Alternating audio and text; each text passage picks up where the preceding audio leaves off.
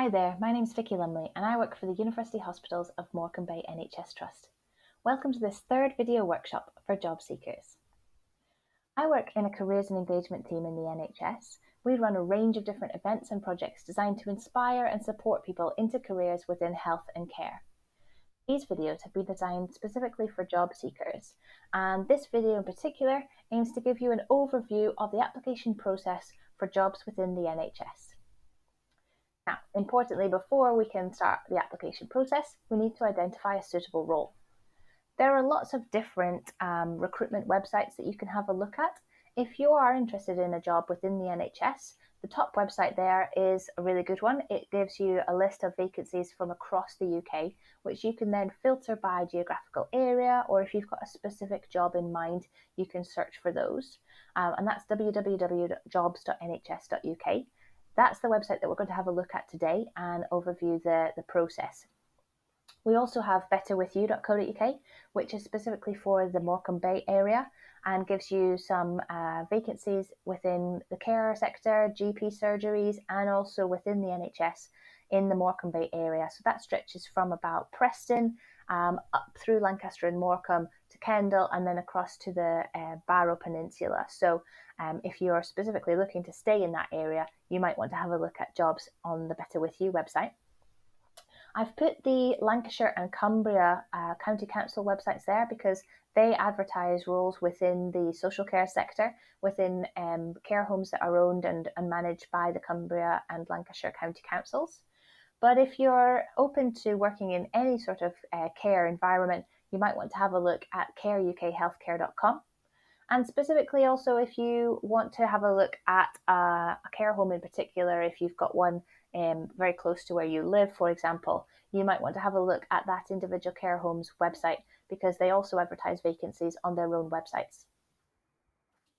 I've had a look on NHS Jobs website and I've found this vacancy, which we're going to use as an example template today. You can see on the advert here that it tells you a little bit about the role. So it tells you the trust in which it will be based and the geographical area where this job will take place. So this is in the eating disorder service that's based in Kendal. It tells you a little bit about the hours and the days that you'd be expected to work and also the salary that you would be earning. Crucially, on the job vacancy itself, there's a couple of documents attached: the job description and the person specification. The job description is a list of tasks or activities that the administrator on the job advert would be expected to undertake if they were in post. So this is just a summary, but the document itself is a couple of pages long, and it's worth having a look at that because it's really important before you apply that you have a clear idea of what kind of activities or tasks you'd be doing in that role. And the person specification is a list of ingredients that the recruiters expect the administrator to have. So that might be the qualifications that they expect that person to have, or the experiences and knowledge that they want, but also the values and behaviors that they expect from that person. So these documents can help you to sort of understand if this role is the right one for you to apply for. It's worth having a look at those documents and thinking, do I have enough of those ingredients? Could I do that job that they've detailed in the job description? And if the answer is yes, then you're ready to start the application process. So let's have a look. When you decide that you're going to apply for a role on NHS Jobs, you need to have an email address and a password set up so that you've got a candidate's account on the website. If you've already set that up, you can just put in your email address and your password and log in. But if you haven't yet set up an account, you would need to register for an account. It's worth linking an email address to the account that you can check regularly and easily. So for example, if you have an email account set up on your mobile phone, that might be a good one to use because it means that any updates or information about the job advert throughout the application process, you'll receive those quickly and you can very easily check for that information. So in order to set up your account, you just need to fill in those fields and agree that you're going to be honest on your application, and then you can get started.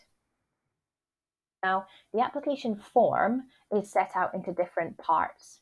That is your personal information, your qualifications, your employment history, your referees, your supporting information, that's like a personal statement, and then your monitoring information and safeguarding. It's worth noting here, though, that only some of these sections will be seen by the people making the decisions as to whether or not you're invited for interview. I've highlighted those sections in a purple box, so the interview panel will only see, at this point, your qualifications, your employment history, the people you've put down as referees, and your supporting information, that personal statement that you've written about yourself. That means that the recruiting panel at this point won't see any personal information about you or any monitoring information or about safeguarding, so they won't know anything about you in terms of your name, your age, your gender, your ethnic background or nationality, or whether or not you have a disability or a criminal conviction or anything like that. And the reason behind that is to make the applications anonymous, so that the recruiting panel can't make any judgments at this point about your age or your background in any way.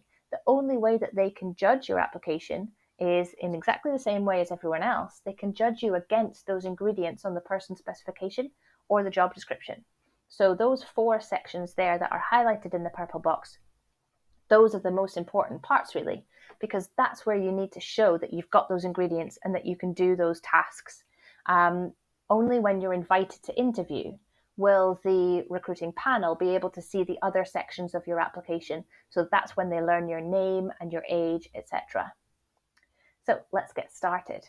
That personal information section then looks like this. You would just need to fill in all of those fields, and at the bottom of the screen you can press save or submit. Obviously, the application won't be submitted until all of the sections are complete. The next section is about your qualifications. I would recommend that you start with your most recent qualifications and work backwards. So you would put in what you've studied, where you studied that, what grade you received, and the year that you obtained those qualifications, and you would just keep pressing that green add another qualification button to add further qualifications and work backwards. There's also a section for relevant training courses. So for example, if you've done relevant training courses maybe through an employment, sometimes people do first aid qualifications or health and safety, for example, while they're in employment, you can add those.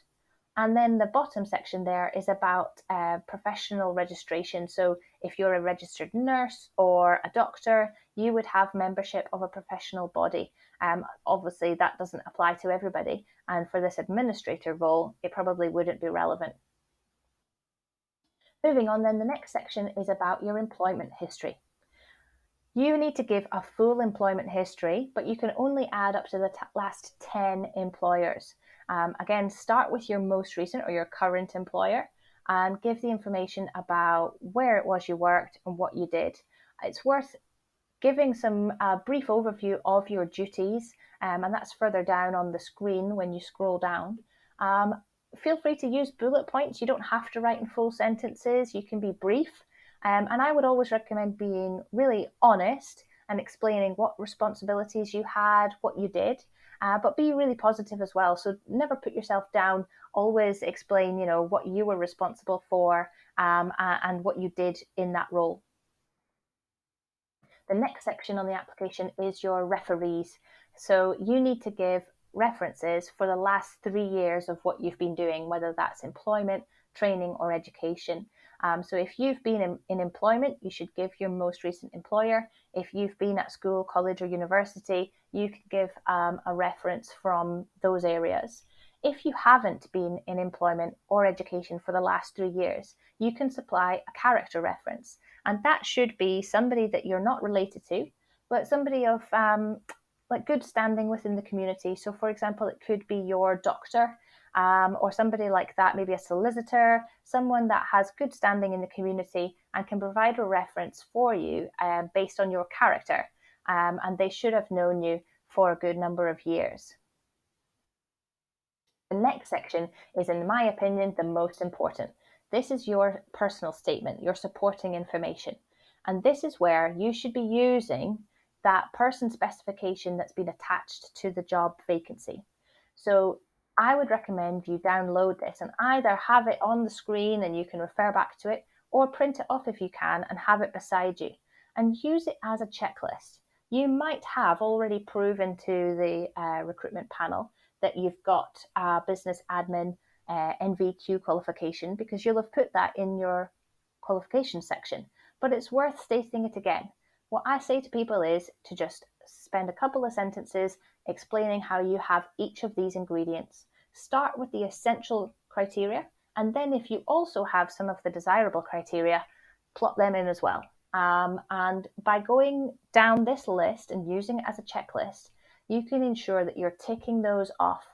If there are some that you don't have, obviously you can't lie, but it's worth maybe saying, for example, I don't yet have a European computer driving license qualification, but I'd be really willing to gain that. So I'd take any opportunity to achieve that qualification in this next employment.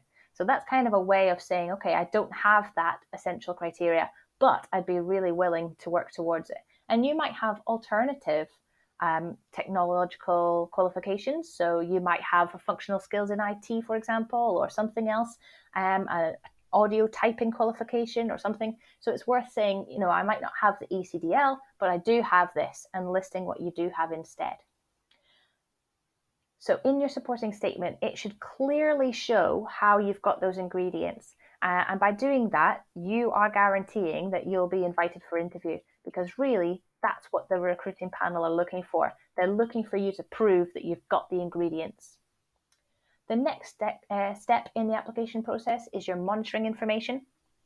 As I said at the beginning, the recruiting panel will not be able to see this information until they invite you for interview, but you do need to answer these questions or use the drop down to show whether you belong to a certain group or your ethnic background, etc.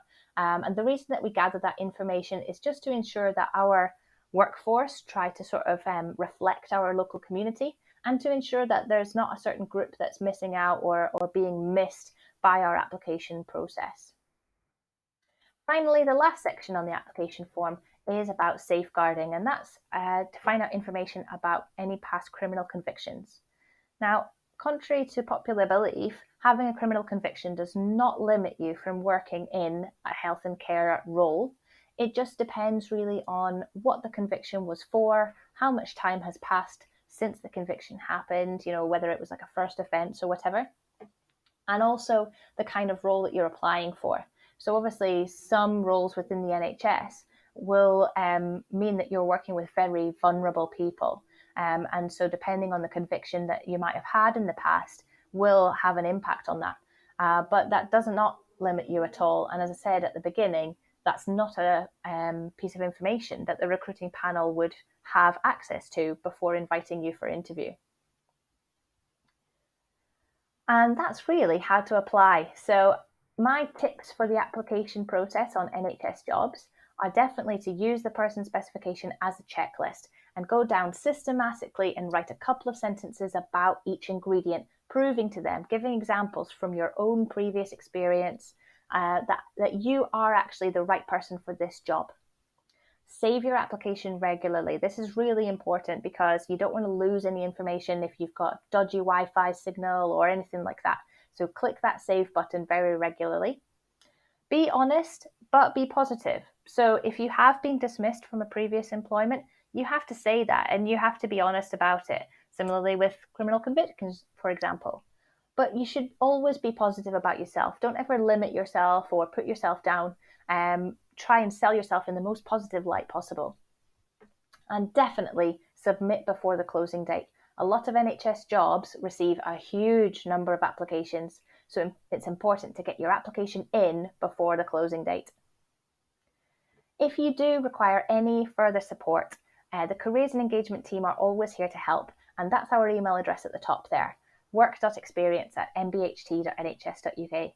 Feel free to get in touch if you want some extra advice or guidance, or if you want us to read over your supporting statement before submitting that application.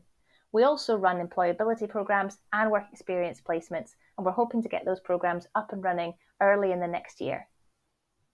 That's all for now. I hope that's been helpful. Good luck with your job search and good luck with your applications. Bye for now.